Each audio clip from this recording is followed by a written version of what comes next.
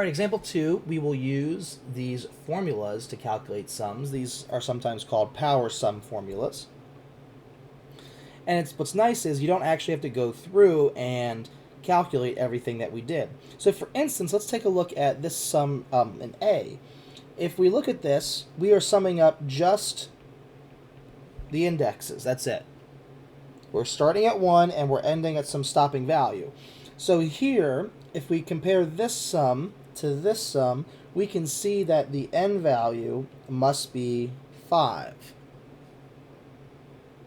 So we should be able to figure out the answer is 15 without doing all this arithmetic by hand. We could have just done 5 times 5 plus 1 over 2, which is 30 over 2, which is, well, 15. So these sums are nice, these formulas here are nice, because it allows us to not have to explicitly do all of the arithmetic. Now, there are power sums for every single power. First power, second power, third power. That's why they call them power sum formulas, because it's the sum of powers. In this class, you won't have to use anything more than cubic, so you would not need to use to the fourth power, and that would only be in a few exceptions or a few cases where you would have to take a look at the cubic case. Most of the time, you're going to find yourself of linear or quadratic powers. So, but let's put some of these into use.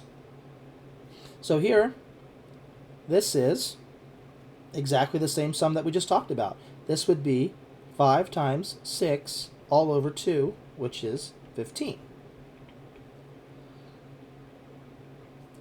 Same type of sum. This is the first formula here. This is 100 times 101 over 2, which is 5,050.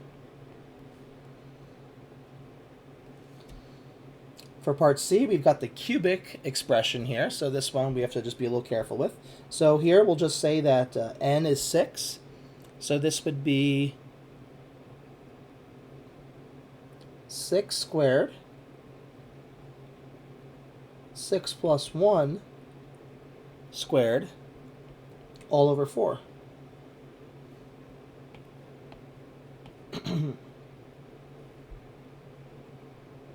Okay?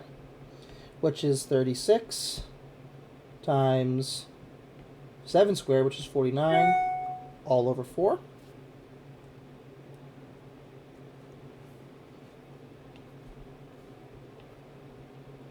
Which simplifies into 441.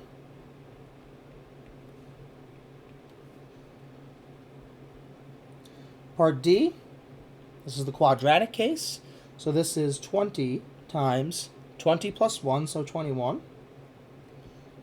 2n, so 2 times 20, so 40 plus 1, so 41, all over 6. Which this simplifies into 2,870.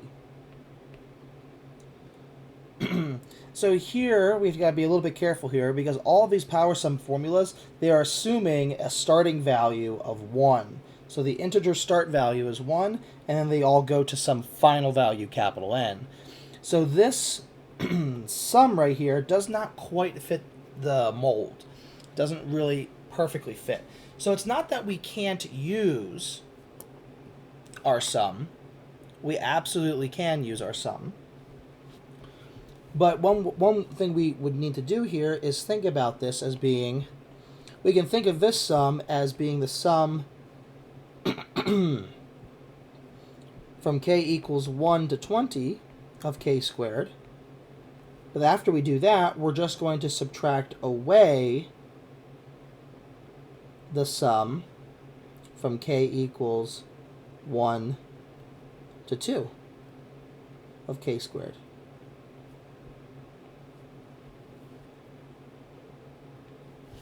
We only want to keep terms 3 through 20. So we want to get rid of the terms 1 all the way up to 2. We don't want to put 3 here because we want to keep 3 here. So, in this case, we can do the formula for this one, which we just found out, which is right here.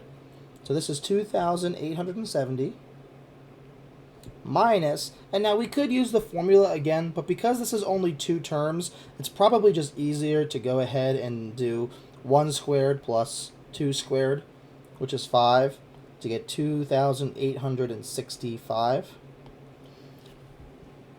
But you could use the power sum formula for this expression. There's just going to be this tipping point where sometimes it's just easier to do the arithmetic, especially if you have to look up the formula. Or maybe there's too many terms and it is definitely worth your while to use the formula and to spend the time possibly looking it up if you need to look it up. For this example, part F, this is not one of the power sum formulas listed above,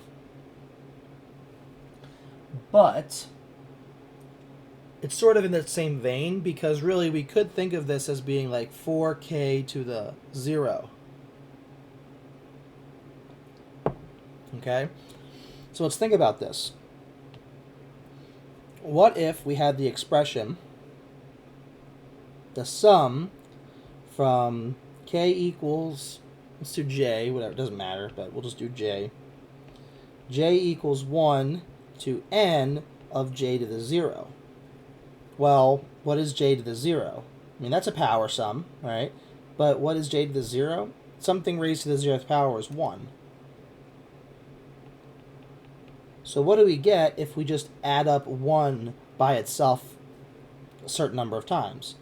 We'll have 1 plus 1 plus, and we keep going until we've done it n times.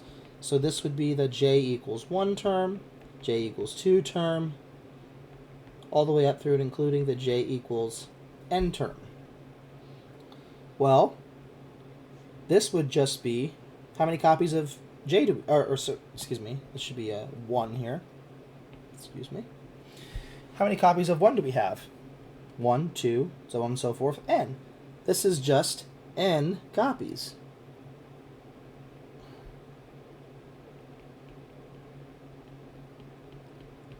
Well, n copies of 1 is just 1 times n, which is n. So if you start at 1 and go to n, and you just have a constant here, you're just going to multiply that constant by this n value. Again, that's assuming you're starting at 1. If we had something like the sum from j equals 3 to 20 of 1, this would not be 20.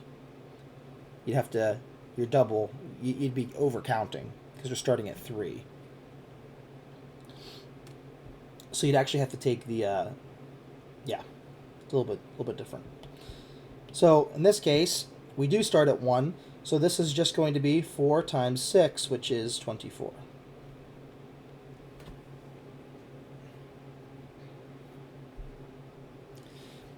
If you did start off at a different value, like let's say we had j equals a to n, and here I'm assuming that a is strictly less than n. And if you have 1 here, this would really be n minus a plus 1 times 1. So n minus a plus 1 is what it would be. And you can check that this works out here, right? N minus 1 plus 1 is n. So that checks out.